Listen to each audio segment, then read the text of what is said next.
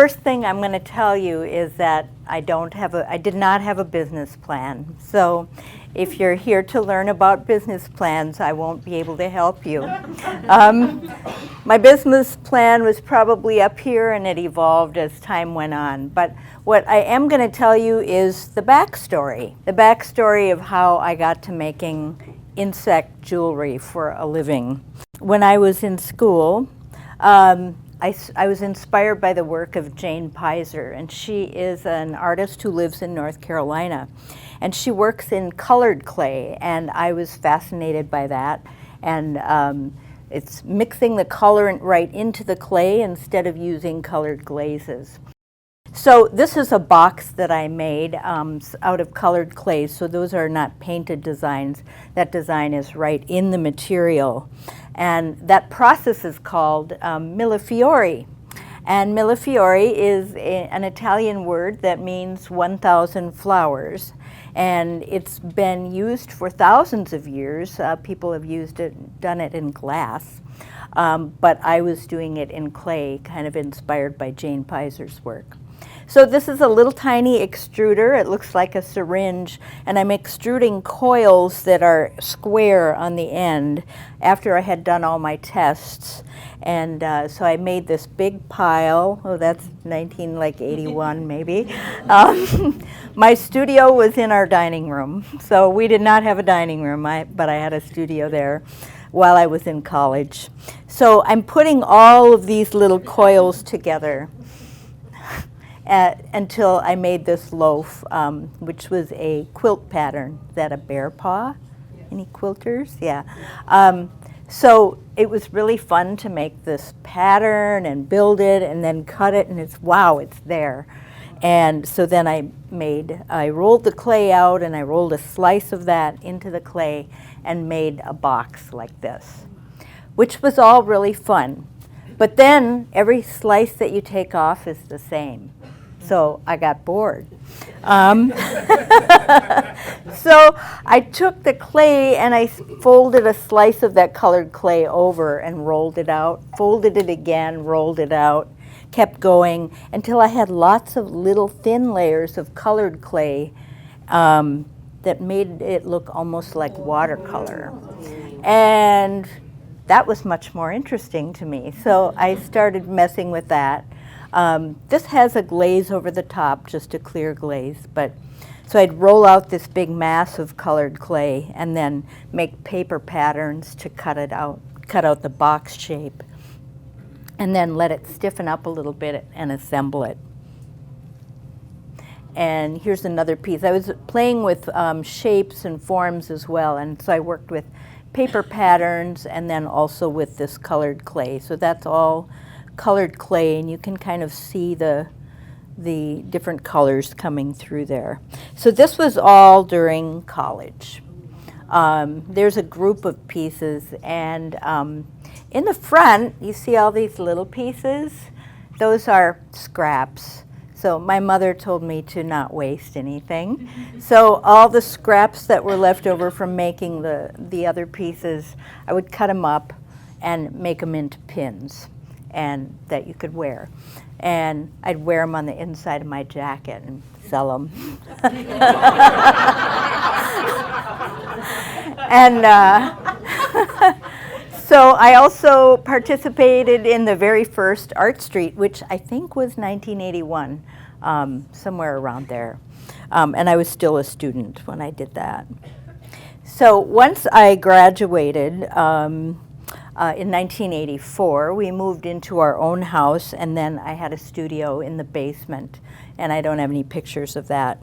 It was horrible. It was dark and cold, and I'd go down in the winter, and I'd be down there all day in the dark, and then come up, and it would be dark out. So I was making colored porcelain vessels. That piece was probably about this tall. Colored porcelain vessels and sculptural work. I sold it through Edgewood Orchard Gallery up in Door County.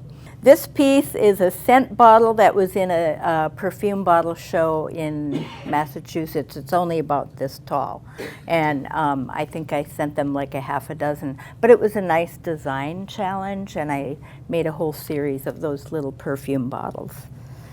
In order to have some income, I continued to make some jewelry.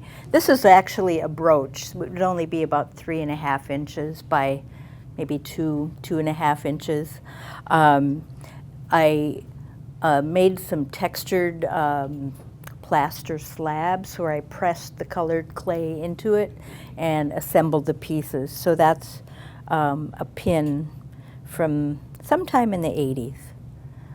And there's a pin with a pair of earrings.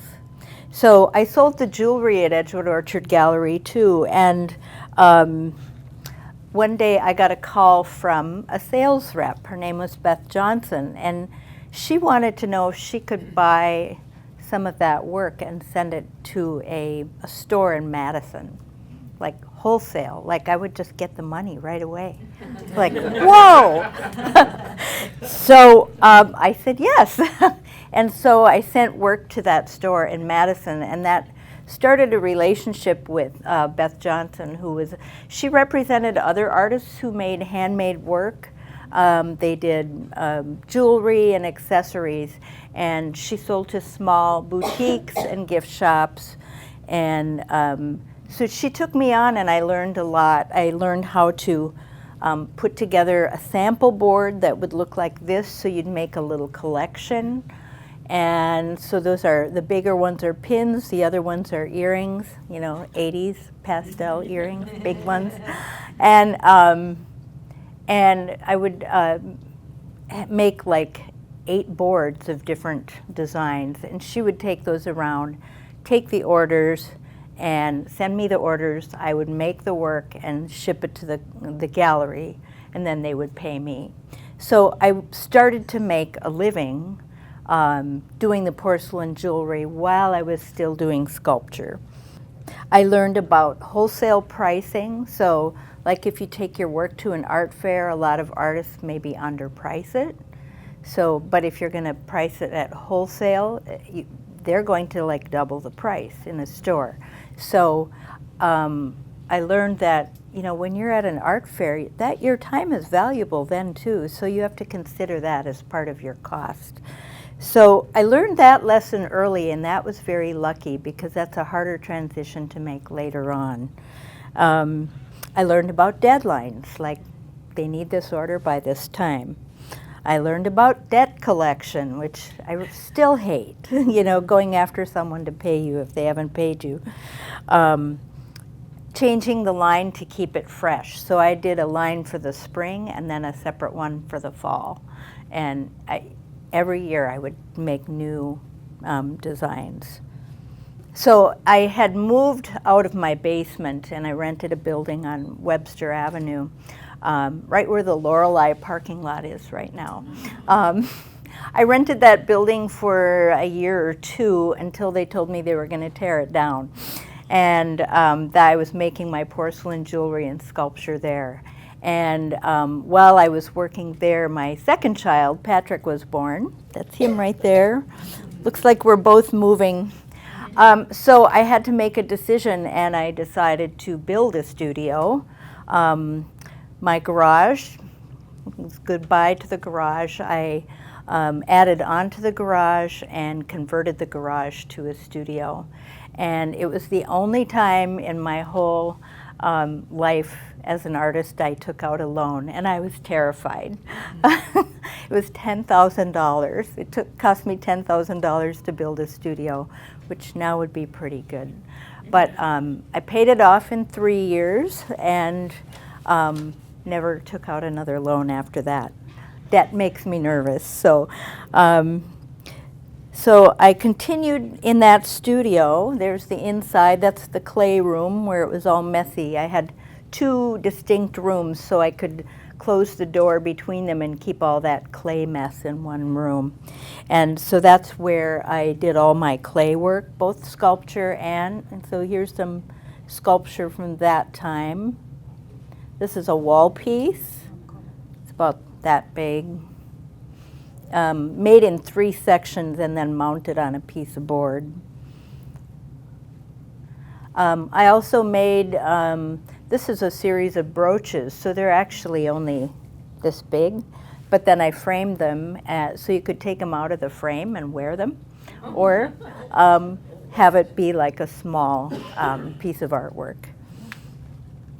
And probably made from scraps from some of the sculptures. But then I was playing with gold leaf and also fusing glass into it. So always doing new experiments. One year I got my daughter a rock polisher for her birthday. It was really so I could try it.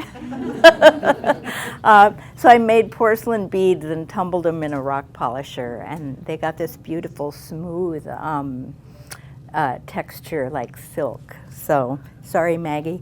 And then this is another line of porcelain jewelry, making my own rocks, kind of with layers of colored clay. So this is all in the 1980s. And there's a pin and a pair of earrings that go with that.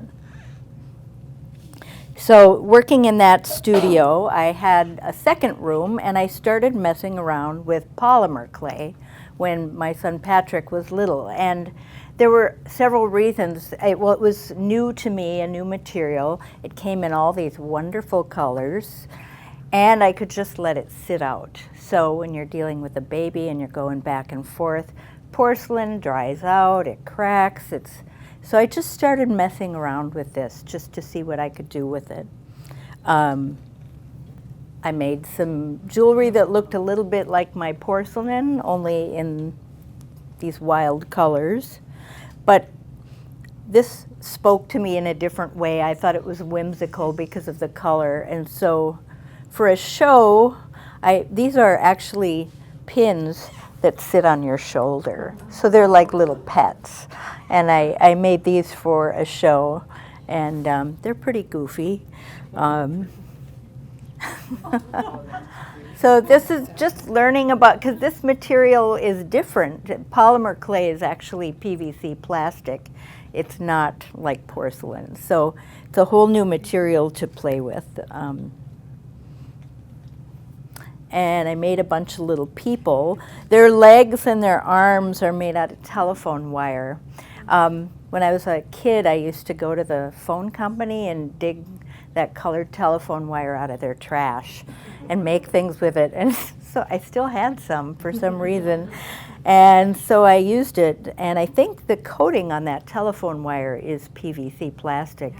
So I tested it in my oven to see if it could withstand the 250-degree temperature that you need to harden the clay, and nothing happened to it. So I felt like I could work with it and bake it right into the pieces. So I started combining the telephone wire and the clay very early on. So around that time, my husband and I separated, and I thought, I need to get a job, because that's going to be more stable. So I got a job. I took a job at Jules Jewels. I don't know if any of you remember that, called Face It Originals, and they made polymer clay jewelry. And so I had a little experience with the material, and I got a lot more working there. We built large canes, that's the loaf, faces, flowers, geometric patterns. So I got to do all of that there. I learned a lot about how the clay works, a lot of different things there. So I worked there for a while, and during that time, someone from the museum, the Neville Museum, called me. They were having a garden show, and they wanted something for the gift shop. So I don't know why, but I thought of bugs, little bugs that you could wear and they would crawl on you. So these are the first ones. They're pretty crude. Their legs are made out of telephone wire. There's beads on the antennas, a technique that I still use today, actually, and I make the legs the same way. But the bodies were pretty crude, but people liked them. And So there's a couple more. I was starting to use other materials like gold leaf and glitter with the clay. And then a sales distributor who sold the work that we did at Face It Originals, she said, I could take those to New York and sell them for you. So she went to the New York gift show with this other work. So I made up a sample board, which I knew how to do from my porcelain jewelry experience. I made up a sample board, gave everything a number, and she took them to New York. She called me from the show, and she said she had $10,000 in orders. And I had 3 months to fill them. So, and I still had the other job. So I worked many nights, many weekends. I had a baby monitor in the studio, and I hired some people that came in the evening that helped me, and we got it done. And then the next year, not long after that, I had to quit that job because I had too much work to do, and it seemed silly to hire other people to help me and then go to work somewhere else. So, but I still continued to work with that sales rep, and so I gave the line a name, Yikes. And so these are all pins, and my friend Dan Cross made a logo for me, and continued to sell them in New York. I had studio sales in my studio from the very beginning when I graduated from college. My first studio sale was in my living room, and I invited everybody I knew. I did that all the way through my career, and I liked making these announcements. But in the new studio, I made this little paste-up announcement, and I did them sometimes twice a year in the fall and in the spring. I like doing that because I like meeting the people that buy my work and getting the response from the actual people who like it. When you send it to a trade show and you're sending it to a gallery, you never get that feedback. So it was really good to meet the people who are actually buying it. And I've always done some of that because I think it's important. So this was another studio sale announcement.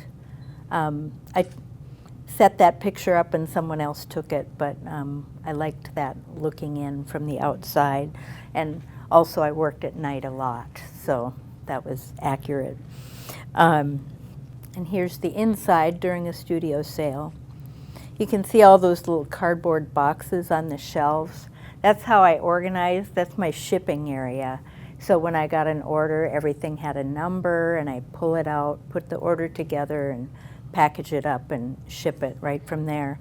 But then when we had a studio sale, the studio got all cleaned up and changed around, and then we usually had a party afterwards. Still continued to do Art Street. One year I rented a Volkswagen Beetle from a guy, and everybody seemed to remember that. That's my daughter helping with the show. That was fun. I had this idea that I was going to get a Volkswagen Beetle and travel around and do shows and just like open up the car. And a guy who knows about cars looked at, it was Sandra Shackelford's brother. He looked at me like this and he said, "No." Because that car that I rented to start it, I had to hold the wires together like this with my hand and then start it, so that wouldn't have been a good thing. But it was fun that one year. So I continued to, I was really busy then. We had a lot of orders coming in. I continued to learn more by building new canes every year. I got better at it, and I got more detailed. And at this point, I'm still doing all my own photography. I grew up in the photography business, so that was helpful. Always adding new pieces and changing designs. This one was really kind of a breakthrough. This was a very detailed cane. There's lots of little tiny dots in there. I started building those canes larger, and then when you build that design large and stretch it out, you get really fine detail, and so I started doing that more and more. So this is all from about the mid-90s, I would say. I started making some silverware. You always have to add something new. So I got these silverware blanks, covered them with clay, and then made frogs and lizards to go on them. I never did anything with fur, no cats, no dogs, always something a little bit creepy. So, and that's the thing, you have to find your own niche in your work. Everybody has to find their own niche, and I guess this was mine. In 1995, I had a chance to go to a business workshop for artists, and it was out in Wilmington, Delaware. It was put on by the Crafts Report, which was a marketing business magazine for artists that I subscribed to. I got a scholarship to go. I stayed with my stepdad's brother and his wife, so I had a free place to stay, and they loaned me their car. So I really saved money, and I learned a lot of things, but I think the best thing was finding other artists that were doing what I was doing, because I felt pretty isolated here. And it was great. We had a lot to talk about, and some of those people are my friends yet today. The very next year, I had another really good opportunity. I got a phone call from Ken Lober in Algoma. He's a jeweler, and he was on the board of the American Crafts Council at the time. They were doing a pilot project. They had a wholesale show for artists who did fine craft, and it was in Columbus, Ohio. And he invited me to be part of this pilot project. I got a free booth, a hotel room, and 2 wonderful mentors in Ken and his wife Donna. And they really helped me go through the whole process of how do you make a booth, make a line sheet or a catalog, something that you give to the customers, because all the gallery owners come to this show to see your work and they order it. And I had never done that myself. I had always relied on sales reps. So that was a huge opportunity, and so I went to Columbus, and the show was successful, and I got rid of that distributor who was in New York, who I later found out was kind of a shyster. She was telling people that she made the work. And I found that out from someone else. So I was very glad to be done with that and to meet the customers myself and to have relationships with them. So we got very busy.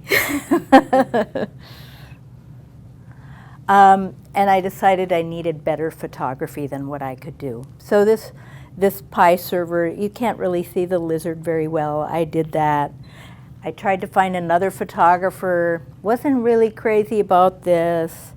I said, no, that's not quite what I want. She went back, and then this background was terrible. It's like, no, that's not it either. And when I was at this show, I met a photographer who only photographs jewelry. And his name was Ralph Gabriner, and he was from New York. And he had a studio set up at this show that I did. So I had him take some pictures of my work. And I learned, and then it made a really nice postcard. Having really good pictures of your work is invaluable. It's one of the best investments you can make as an artist. It gets you into better shows, galleries. The pictures can be used for advertising. I got into a couple of books because I had good pictures. It's the one thing you can't skimp on. And I probably should have done it sooner, but oh well, better late than never. This picture is in the book that's 400 Polymer Clay Designs. It's a Lark book, and that got put in there along with one other one. He did a much better job with the silverware, too. After that first show in Columbus, I met an artist there who told me about another show in Philadelphia. He said that I should try, and the Buyer's Market of American Craft. So I made up my mind. I applied. I got in, and with one show under my belt, I felt like I was a little more ready. I decided I wanted to trademark my name, so I went to a lawyer and they researched the name Yikes. Well, it was already taken by a jeweler in Tennessee. So you can have the same name, but not if it's the same kind of product. So I changed one letter. Whoops, I'm not there yet. Oh, here's some more photographs. That little chameleon took a long time to make. These are some of the other photographs that Ralph took, and I used them so much, and they just got a lot of use. This one was a great one for advertising. And he took this shot too. So I changed the name to Yipes from Yikes. So only one letter, the same typeface, and I trademarked Yipes. So I own the trademark for that, for jewelry. So I used all these photos in my wholesale booths. I made postcards every time I went to a show, and I sent them out to the buyers and gave my booth number. This is one of my early trade show booths. Oh, I look at it now and I cringe, but each frame here had a collection of bugs that were like the same price. So I tried to make it easy for a buyer, because when they come into your booth, they don't have a lot of time. They have to look, they're buying for their store. And so I made it easy for them. All these things in this frame are this price. This frame is all this price. So that and then I made up order forms so that I could just write things in quickly. I did that early on, and it worked really well, and I just stuck with that, that way of organizing. One thing that people say to you when you're an artist, they say, oh, it must be so great to work in your studio and do whatever you want. And it's really not how it works. For one thing, I had to make a living. I was a single parent. It was great to be in my studio and do designing, but there's no way I could do this by myself. From the very beginning, I always had an accountant. Ended up having a photographer, people who did catalogs, graphic designers, printers. But probably the most important people were the people that helped in my studio. I know one of them's here, Sandra. You didn't show that on the picture. Yes, I didn't want to have any compromising situations, but this is bad enough. You'll see that it's 1:15 and there's a couple of wine bottles on the table and cake. Maybe it was somebody's birthday, I can't even remember. And I think I'm blowing into a plastic fish or something. But Sandra Shackelford, Christine Schwartz, Patty O'Rourke, and Joan Berkopek, they all worked in my studio. And and the cat, Mom, the black and white cat sitting on Joan's lap, that's Mom. And it was a lot of work.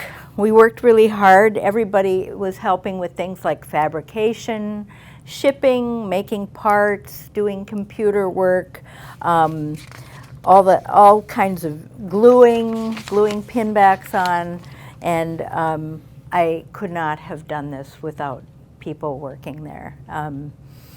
I wish I had more pictures. This was the only one that I could show. But we had fun too. This is another wholesale booth, the years from 1998 to 2006. I'm compressing this now because really I'm giving you the backstory. From 1998 to 2006, we worked like fiends. We were so busy. And the late 90s, the economy was really good too. So that was also very lucky for me. I think I got in the right place at the right time. I had something that was different, that didn't look like anyone else's work. I think that's really important. And so those were very busy years. I did a number of wholesale shows, museum store shows, museum stores ended up being good accounts for me, and the buyer's market, and I got onto a wholesale website, and did the art fairs in the summer, and so always kind of mixing it up a little bit, and it was nice to be able to be flexible in that way. Every year I put out a catalog. This is one of the first ones, 1996. I took the pictures, I pasted them, I glued them onto a piece of paper, and I photocopied them. So that was the first catalog. Pretty rudimentary, but everything had a number. And then my friend Dan, who had Idea Studio, did my catalog in, this is 1998, or 99. So he did it that year, got better, and then the next year it got even better. So he did a beautiful job. And he did my catalog for several years. And every year I changed about 1/3 of my line. So 1/3 new work every single year. That does a couple things. Keeps me from getting totally bored, and it keeps customers coming back because they want to see what's new. They always want to see what's new. So you have to do that. Then the economy kind of took a downturn after 9/11, and for a few years it was a little tougher. I had to go with a less expensive catalog company. I found a guy out in New Jersey who did only jewelry catalogs, so then the price came down because he was doing a lot of this. So we worked well together. He could also cut out these images and put them on a wholesale website, so that worked too. But we still did either a whole new catalog or maybe a one-page insert every year. So at least every other year there was a new catalog.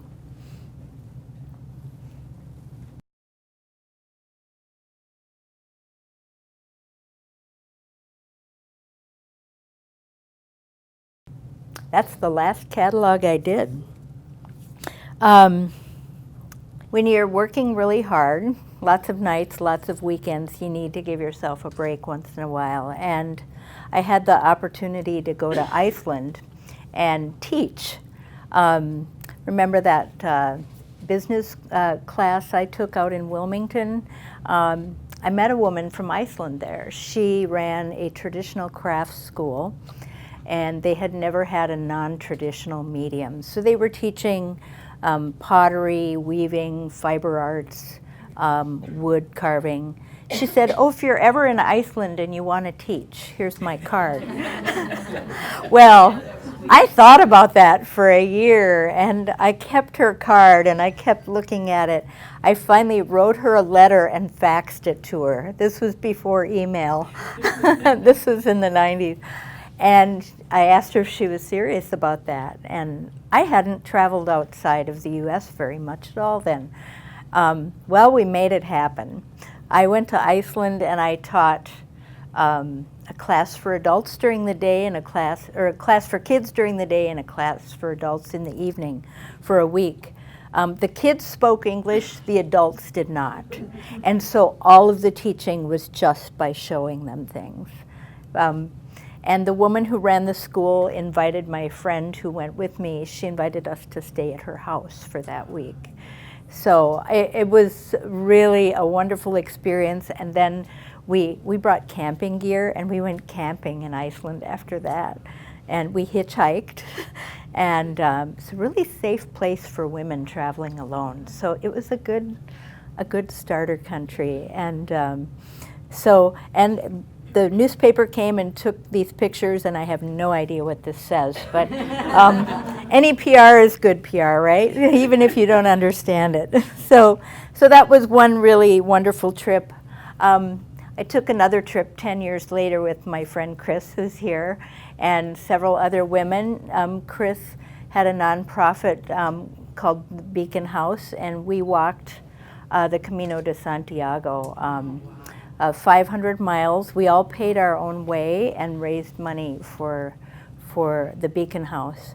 I had turned 50 that year and sent my last child off to college, and it just seemed like the time to do it. And I took a 9-month sabbatical, actually. The trip only lasted 6 weeks, but it was one of the best things I've ever done, actually.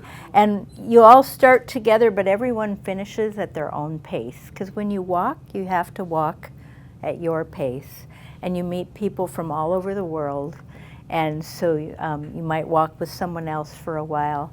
This day I was walking alone up this mountain, and it was all misty. It was like one of my happiest days on the trail. So when you get stuck somewhere, go for a walk. It doesn't have to be 500 miles. It can just be around the block. But the 500 miles was good too. After the Camino, I was re-inspired to do some new work with landscapes on the backs of the bugs. And this was after a bike trip in Italy. In 2005, I got married again. My husband back there, Don Kraft, and we bought a house together. So we moved 3 blocks away from where my house was. So I rented out my house and kept my studio. So I'd walk back and forth and go to my studio. For 5 years I did that. And in 2010, after 5 years, I decided the marriage was going to stick and I could build a new studio. So I sold my house so that I could pay for the new studio. And we built this studio. And Don really helped a lot. I hired a builder who was great. And we got to keep the garage this time and build the studio behind the garage. And I wanted to stay in my budget so I could have either plumbing or windows. And you can see that I chose windows. It's not a very large studio. It's about 600 square feet because that's all I could do zoning-wise. I did all the painting and I finished the floor myself. And I wanted an outdoor space, so we put a pergola coming out from the sliding patio doors. And then to save money, I took all the guts from the old studio, the cabinets and the countertops, took them out, brought them over here and reconfigured them so that I just reused all the cabinets and the countertops. So that was good. And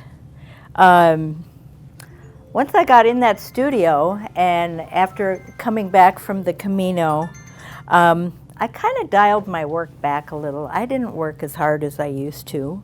Didn't have as many employees, and started feeling kind of restless.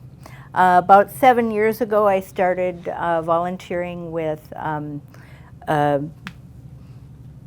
Curative Connections, sorry. And I do artwork with people with early onset Alzheimer's or other memory impairment.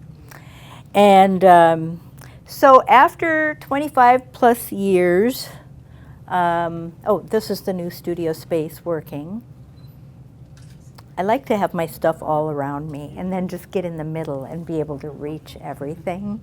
I really like, and I like designing workspaces. You can see that I use the vertical space. When it's small, you just go up. This was a studio sale in the new studio. So I did continue to work after moving into the new space. Still made new pieces. But by that time, I had one employee, Joan, who was left. But it was easier for me to come and go then and to do some other things. So it's been 25 plus years since I've been making bugs. So now I am working on a plan. It's a loose plan, but it's an extinction plan.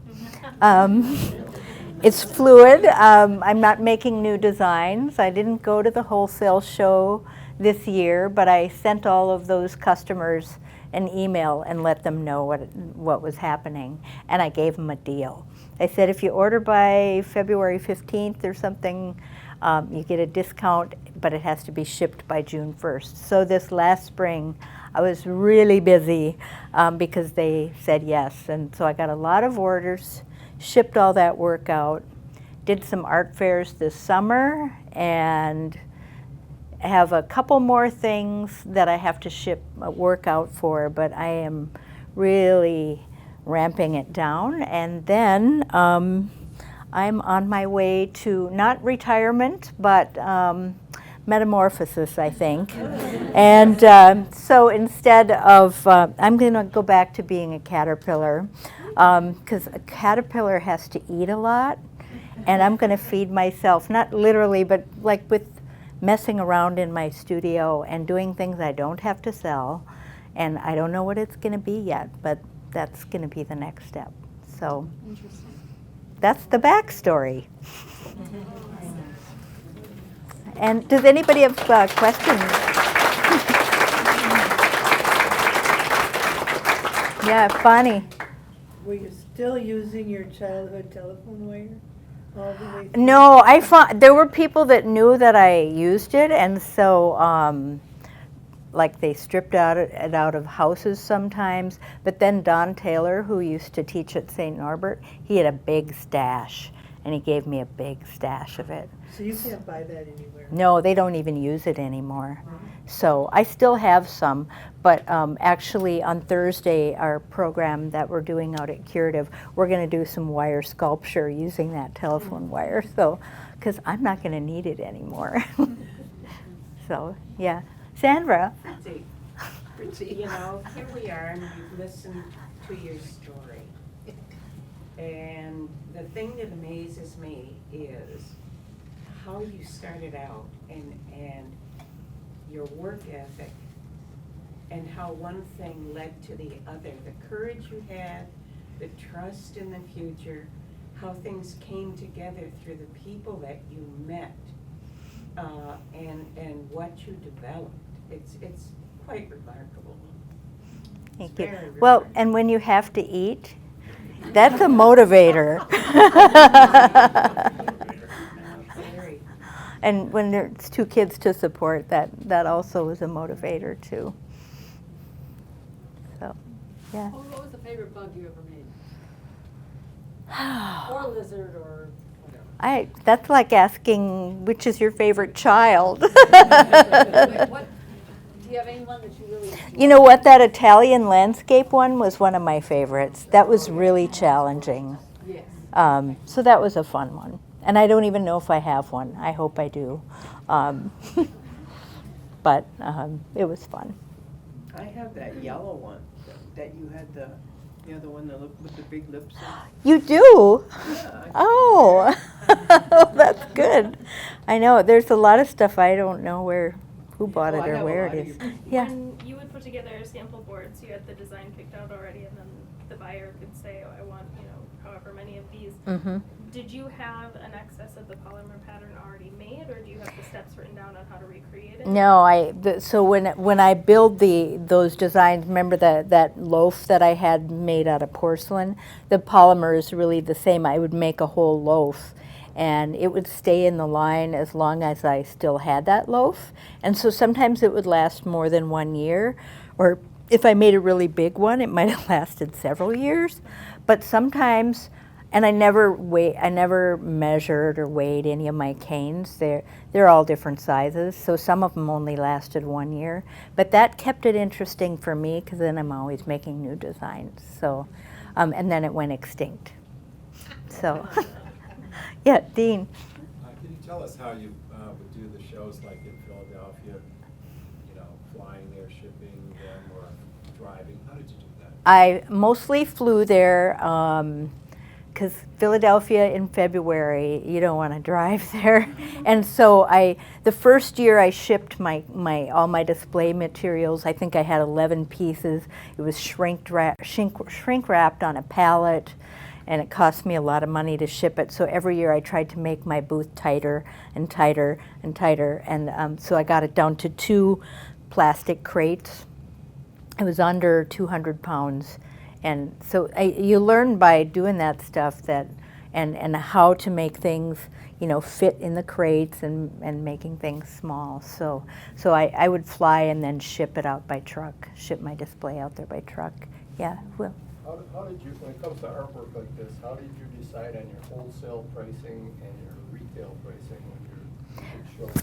Well, the wholesale pricing, I kind of figured out my time, materials, overhead. It was kind of a guesstimate, to be honest. And the retail pricing is usually 2 times, it used to be 2 times the wholesale price. So like when I would sell work at an art fair, I would sell it for retail price because I was doing all the work at the art fair.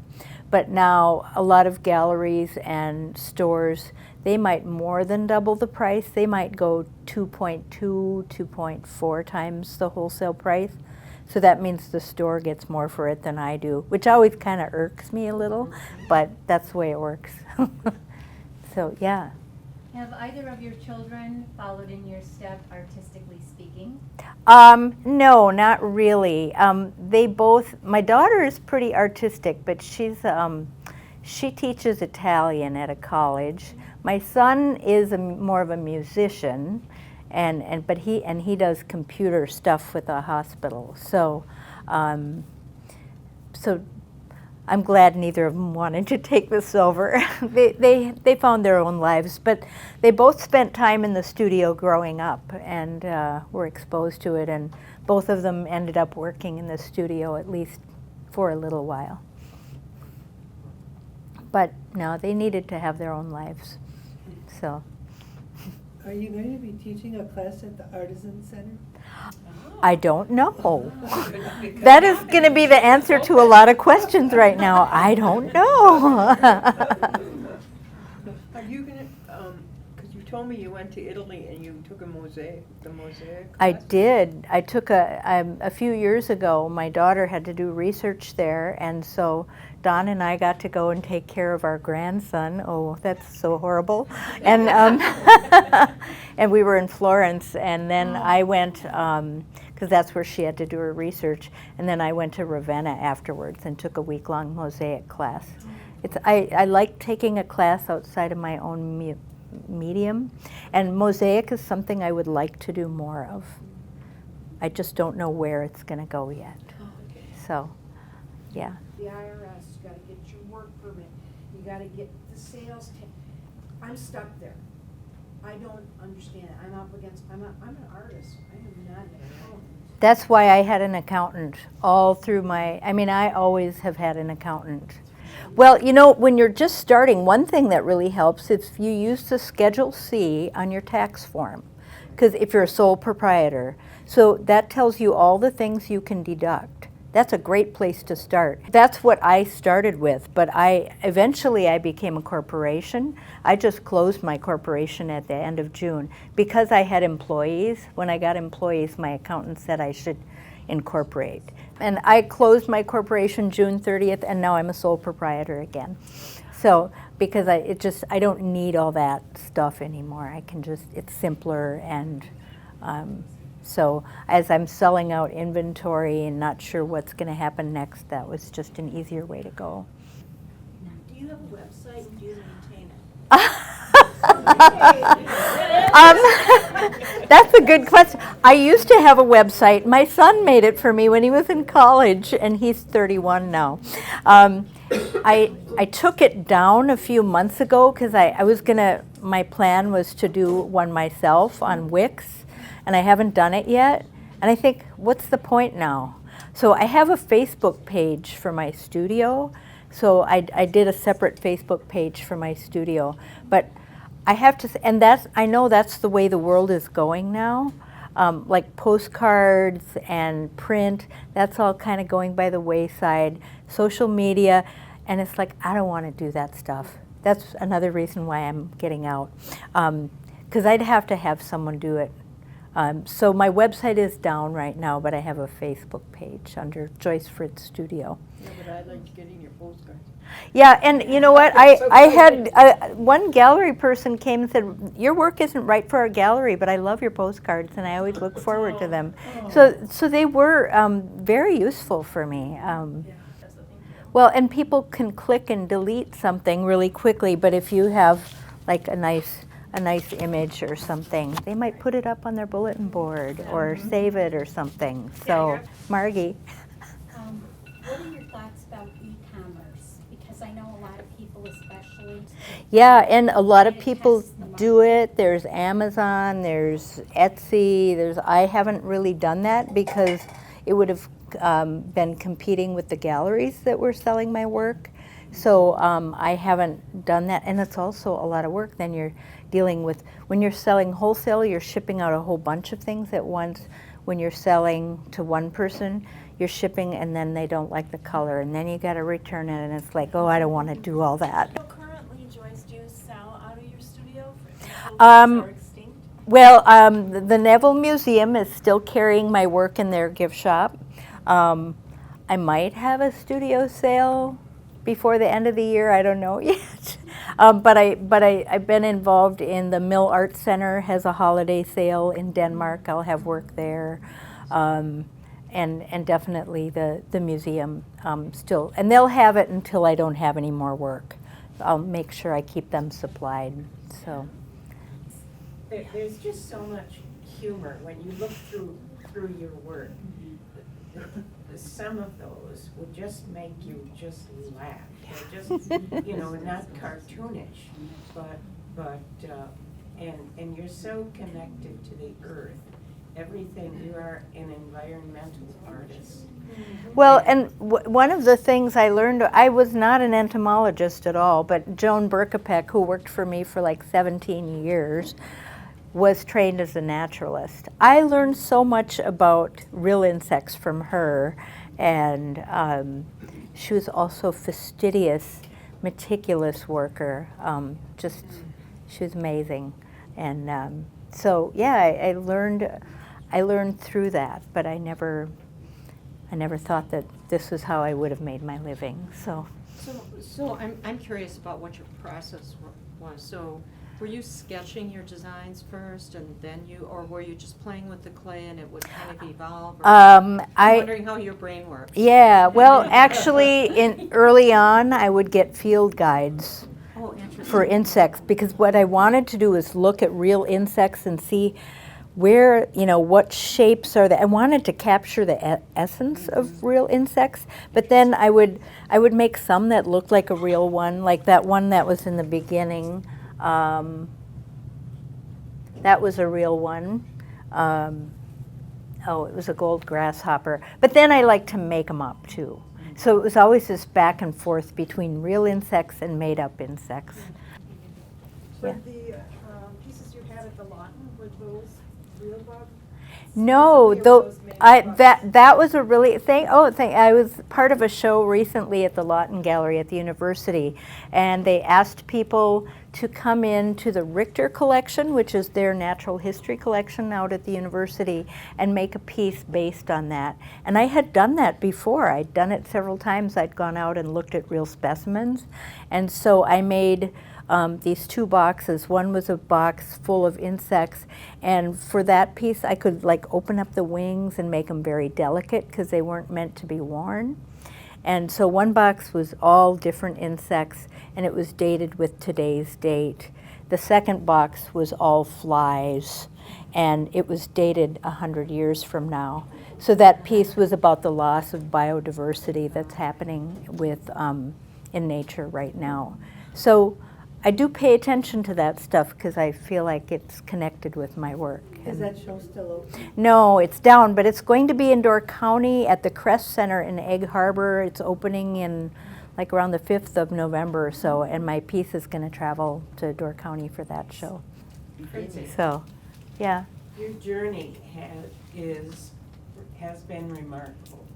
Would you ever consider writing a memoir? Or the talk that you have given today has been so inspirational, and I think that putting it on paper, what you have said tonight, and I might need some help with that, Sandra. that would be very inspiring. Take her to that. Do you know any? Really.